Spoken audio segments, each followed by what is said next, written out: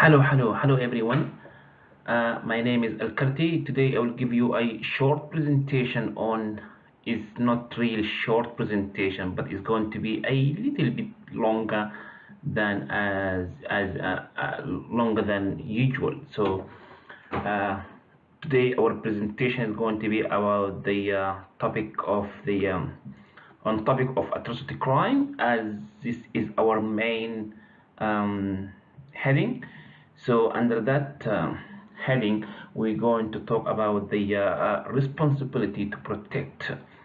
What we're talking about here, we talk about the how the international community have to to protect civilian population from the atrocity crime.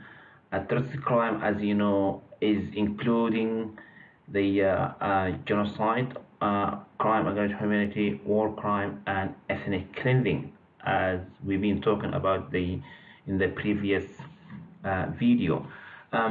Today is the time of responsibility to protect. This video being, or this topic being, has been divided into many sections. So the first section is going to be about, like, I will give you a brief background information on responsibility to protect. Who is the responsible for protecting people from gross violation of human rights? We'll talk about that.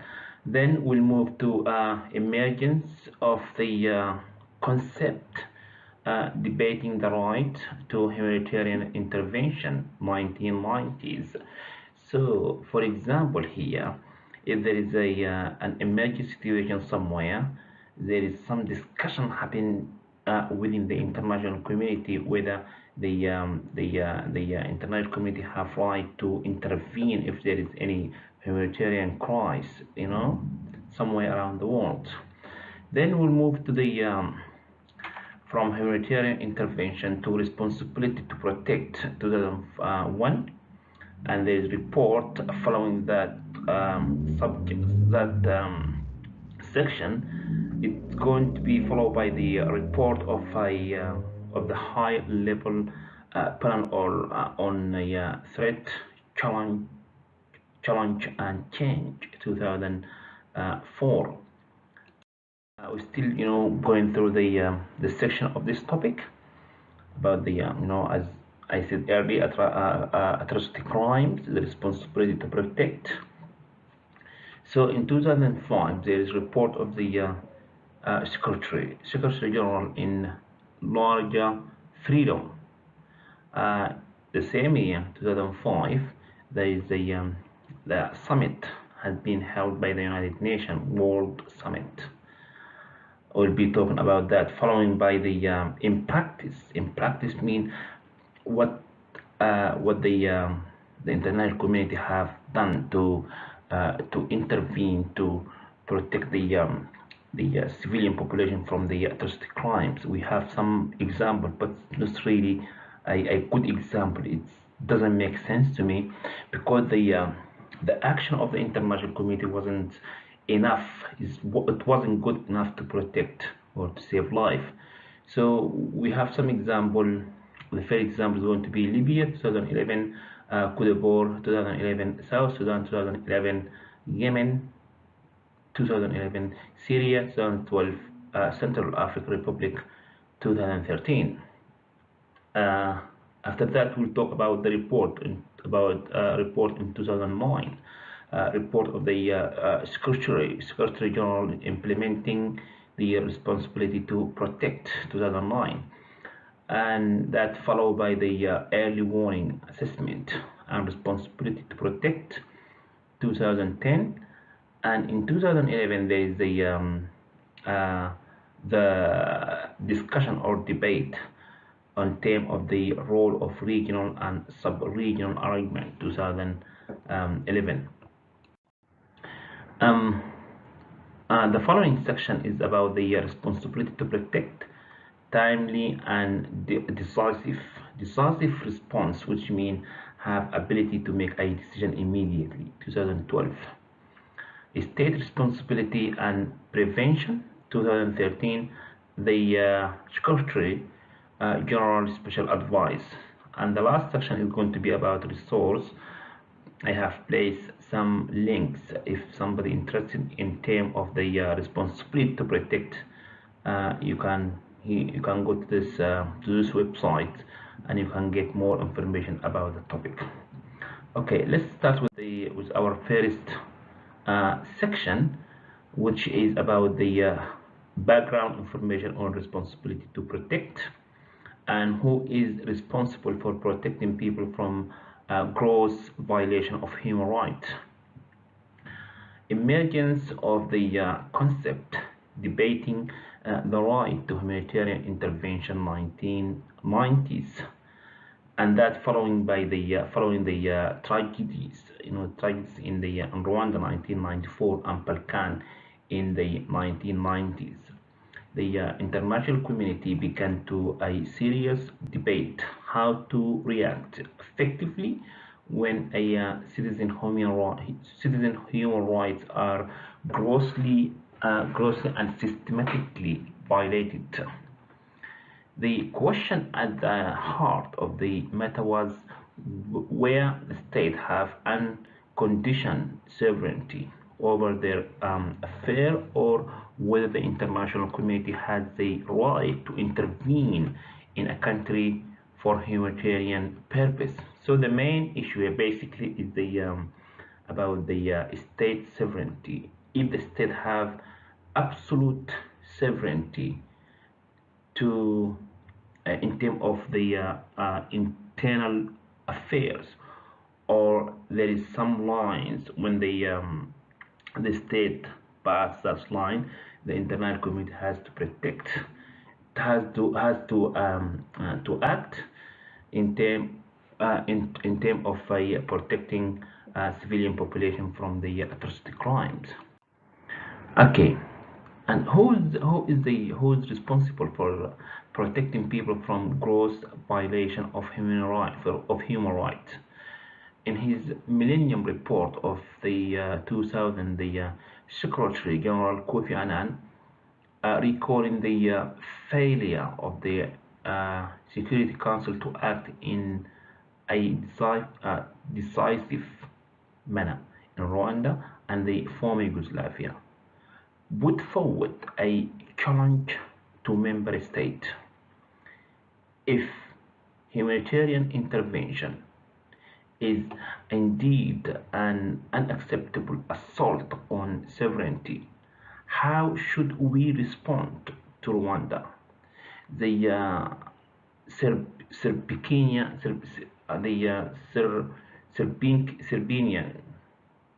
to a gross and systematic violation of human rights that offend every perspective of our common humanity?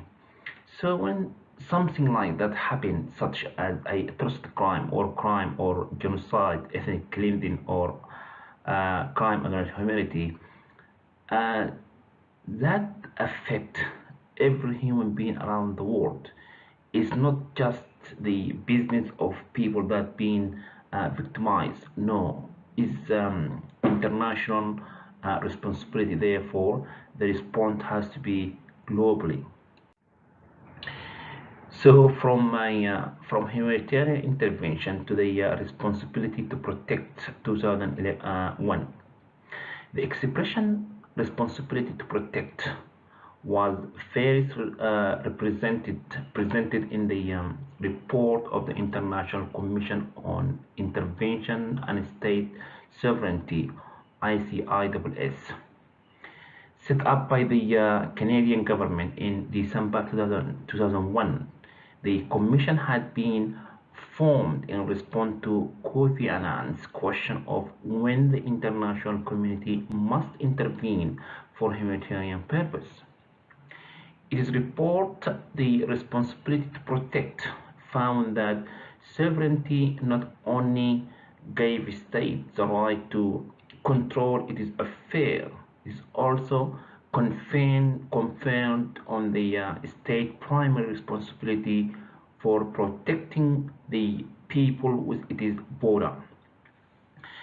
It proposed that when a state fails to protect its people, either through lack of ability or a lack of willingness, the responsibility shifted to the broader international community. This is very basic and very straightforward. So if whenever the state fails to protect its own people, so the international community has to act immediately. Report of the high-level panels on threat, challenge and change 2004. In 2004, the high-level panels on threat, challenge and change set up by Secretary General Kofi Annan endorsed the emerging norm of a responsibility to protect, often called R2P, stating that there is a collective international responsibility exercisable by the Security Council authorizing military intervention as last resort. In the event of genocide and others large-scale killing, ethnic cleansing, and serious violation of humanitarian law, which sovereign governments have proved powerless on our unwillingness to prevent. The panels propose basic criteria that would legitimize the authorization of the use of force by the United Security Council, including the seriousness of the threat, the fact that it must be a last resort, and the proportionality of the response. Report of the Secretary General Enlarged Freedom 2005. In his report Enlarged Freedom, Secretary General Kofi Annan strongly agreed with the approach outlined by the high-level panels, and suggesting that a list of proposed criteria, including seriousness of the threat, proportionality, and chance for success,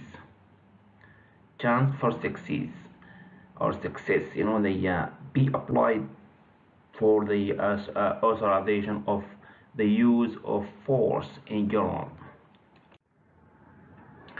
The United Nations World Summit 2005. All this process is to improve the civilian population in terms of protection against the atrocity crimes such as war crime or genocide. In September 2005, at the United Nations World Summit, all member states formally accepted the responsibility of each state to protect its population from genocide, war crime, ethnic cleansing, and crime against humanity.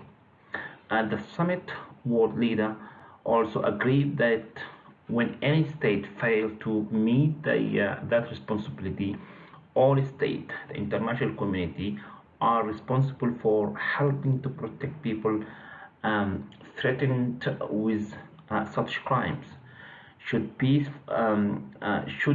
peaceful means, including diplomatic, humanitarian, and others, be inadequate, and a national authority manifestly fails to protect their population, the international community should act collectively in a timely and decisive manner. Through the United Nations Security Council and in accordance with the United Nations Charter, on a case-by-case basis, in the cooperation with regional organizations as appropriate. In practice, In practice here, we'll see some example how the international community has acted to protect civilian population from the atrocity crimes. So the first time the Security Council made an official reference to the responsibility to protect was in April 2006 in Resolution 1674 on the protection of civilians in armed conflict. The Security Council referred to the resolution in August 2006 when passing Resolution 1706 authorizing the deployment of the United Nations peacekeeping troops to Darfur, Sudan. Recently, the responsibility to protect featured permanently in a number of resolutions adopted by the Security Council.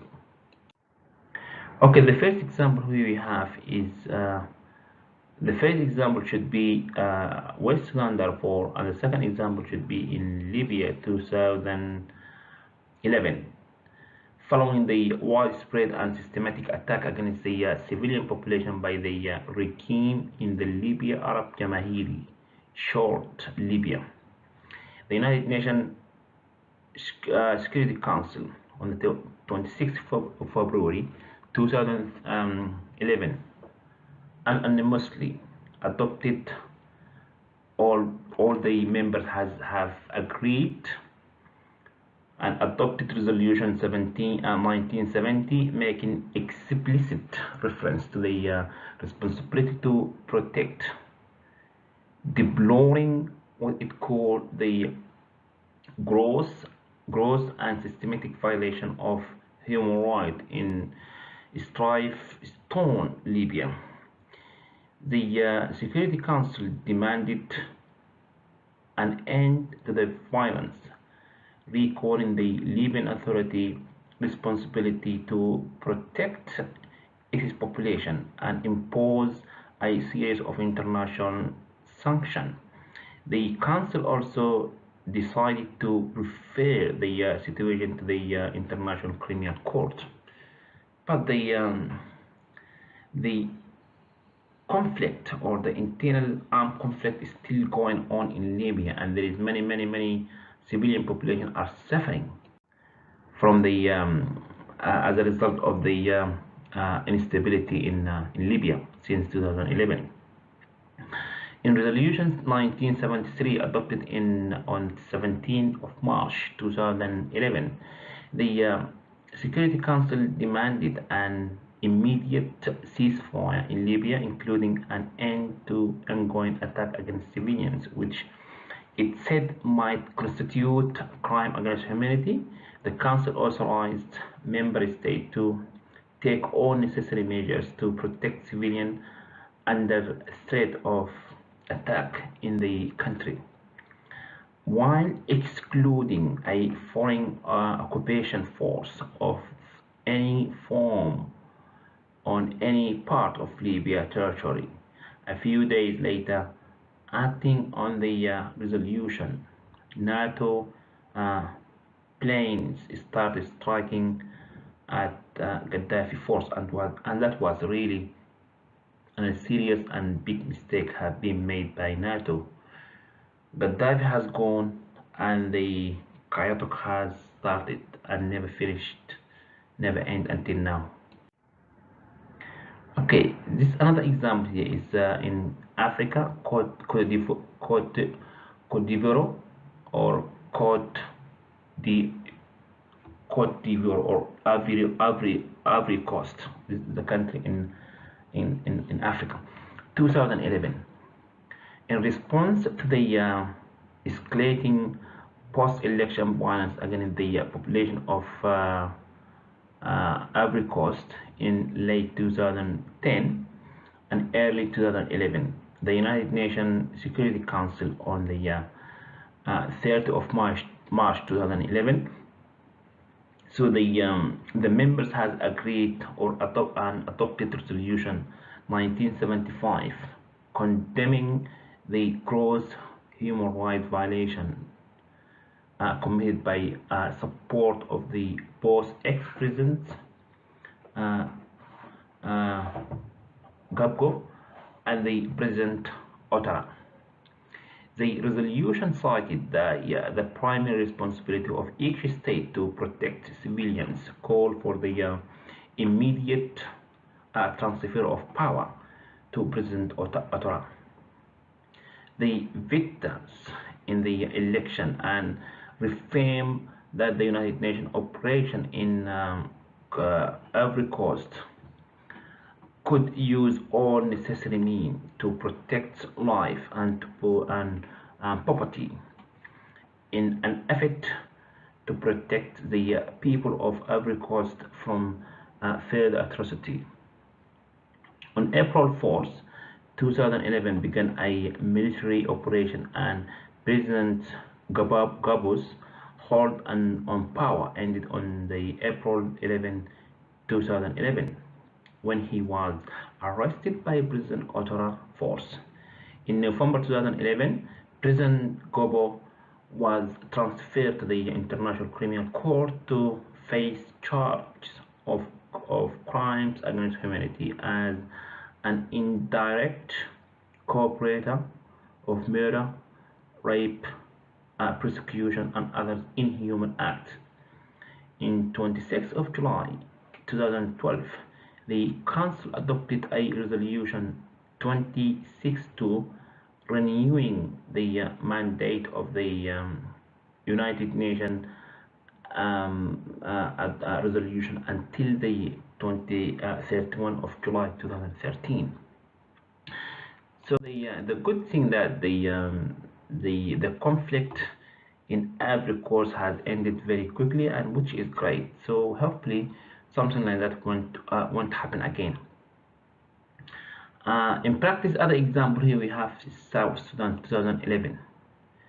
In July the 8th, 2011, the Security Council in Resolution 1996 established a United Nations peacekeeping mission in South Sudan to, among the thing advise and assist the government in fulfilling its responsibility to protect civilians. South Sudan officially became an independent country on the 9th of July 2011. The climax of the process made possible by a 2005 peace deal that ended a long civil war with the North Sudan. In December 2013, fighting between pro and anti-government forces began, causing the displacement of approximately 706,000 people, and 77,000 of whom sought refuge at the UN mission base. In February 2014, the Security Council ratified it is a steadfast support for the United Nations missions, and it is vital mission on behalf of international community to protect civilians in South Sudan, including foreign nationals, as well as conduct human rights monitoring and investigation and facilitate assistance to population in need. Okay, we still in the give some example about the in practice what the international community have to do, or how to react to protect a civilian population from the atrocity crimes. We have another example here in Yemen, the ongoing civil war in Yemen until now. On the 21st of October 2011, Resolution 2014 condemned human rights violation by the Yemeni authority and encouraged an inclusive Yemeni-led political process of transition of power, including the holding of early presidential election. This resolution explicitly recall the Yemeni government's primary responsibility to protect its population. But unfortunately, what happened in Yemen, it's really sad, because there is many million of people are suffering until now. There is a infectious disease there. There is hunger, poverty, lack of food and nutrition, uh, as a result of this ongoing or unblooded civil war in Yemen. It is not just between Yemeni people, but there is many countries involved in that wars. It's not internal armed conflict, so we can call it international armed conflict or regional armed conflict, because there is many countries involved in that fighting. All right, Syria 2012 also is not the civil war among the Syrian people, but there is many countries have contributed to these civil wars. So in Syria 2012, the Secretary General Ban Ki-moon has stressed the urgent need for a political solution to end the crisis in Syria, which over the past 3 years has claimed more than 100,000 lives and led to a dire or very serious humanitarian crisis.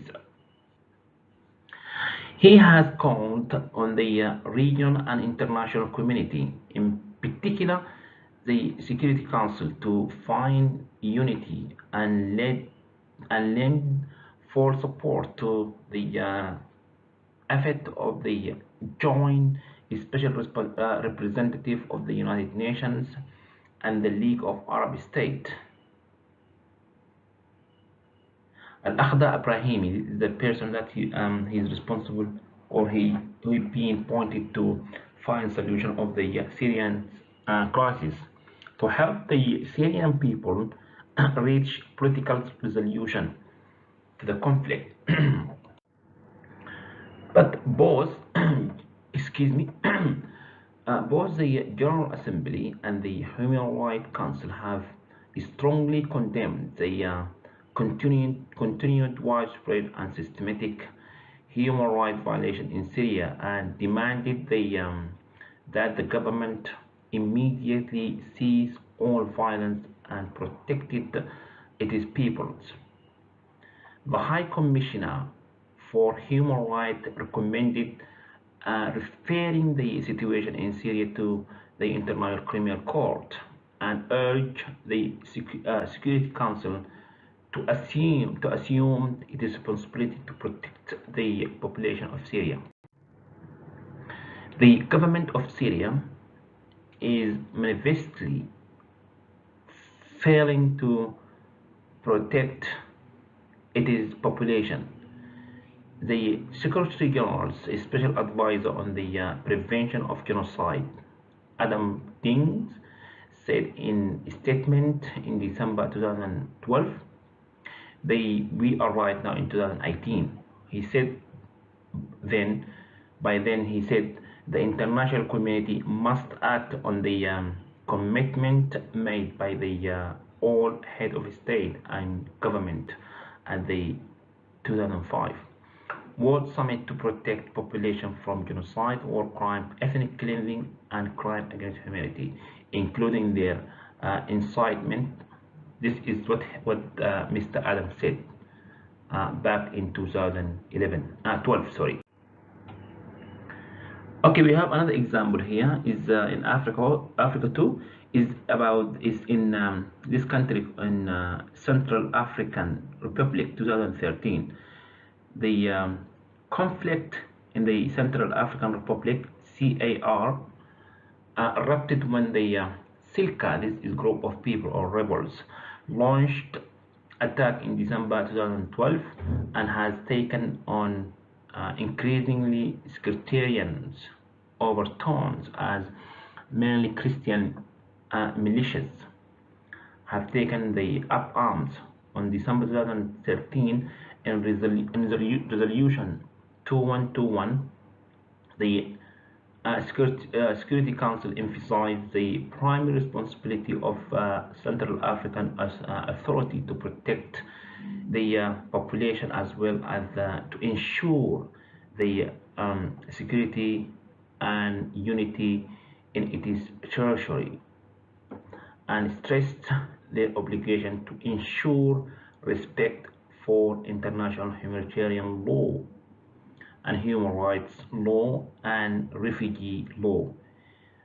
In 2014, in March, the United Nations Secretary General outlined his proposal for the establishment of a nearly 12,000 strong United Nations peacekeeping operation in the CIR. I think the situation right now in that country is settling down right now. It used to be really serious, and there is many people being subjected to violation of human rights. So because of the peacekeeping right now, the situation is settling down. There is no more bloodshed in that part of Africa. Okay, we move forward. We come to this section is about the report of the Secretary General's implementing the responsibility to protect 2009.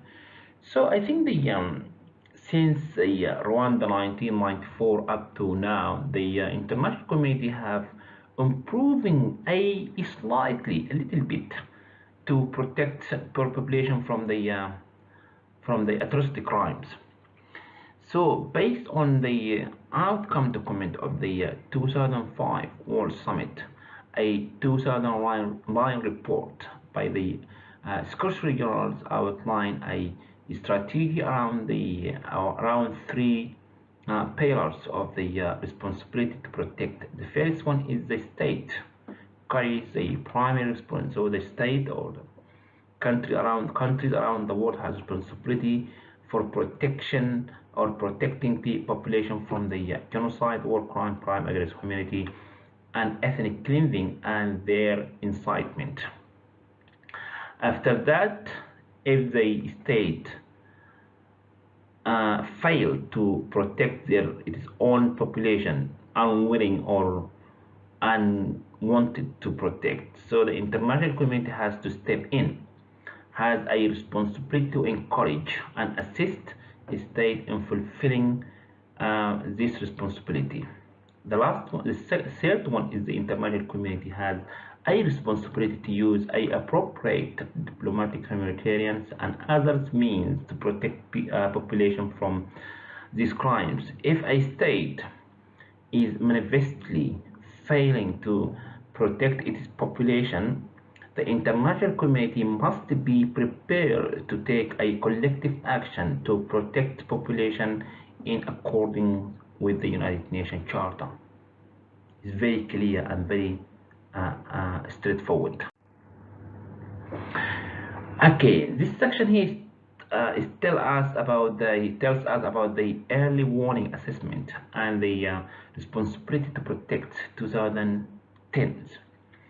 The Secretary General's report an early warning assessment and the responsibility to protect, identifying gaps and process way to improve the United Nations ability to use early warning more effectively, including information from the field operation and improve early, flexible and balanced response where there is a risk of genocide, crime against humanity, war crime, and ethnic cleansing.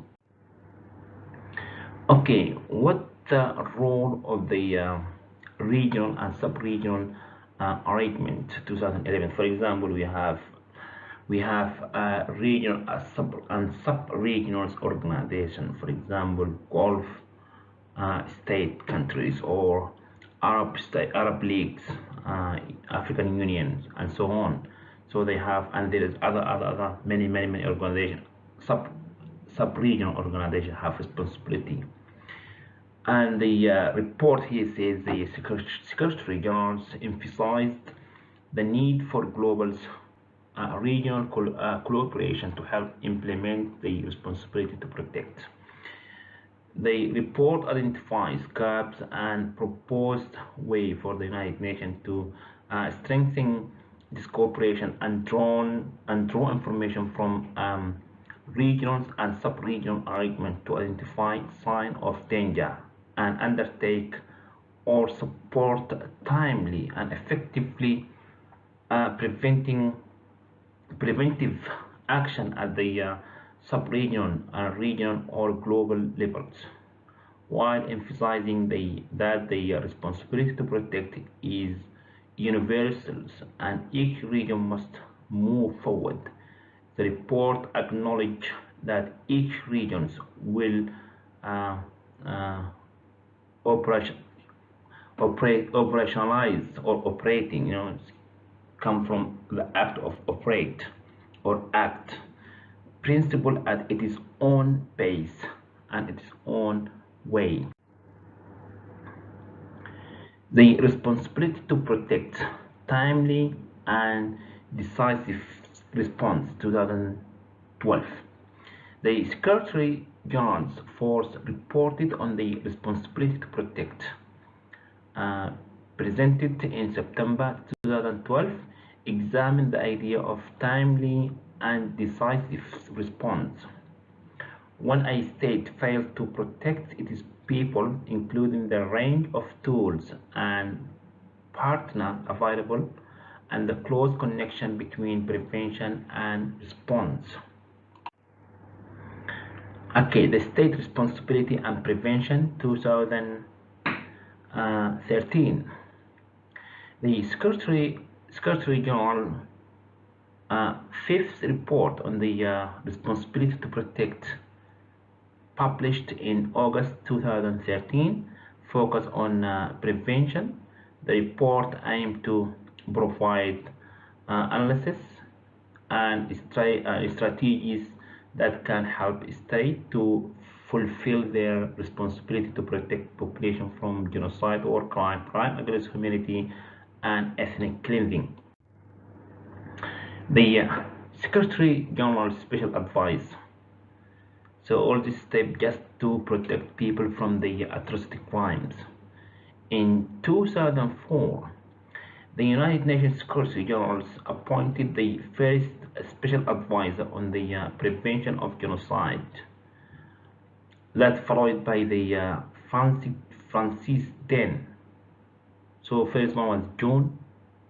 After that, followed by Francis in 2007 and Adam Ting in 2012. The special advisor is responsible for number one, collecting information on massive and serious violation of human rights and international humanitarian law. The other responsibility number two is acting as mechanism of early warning to the Secretary General and through him to the Security Council.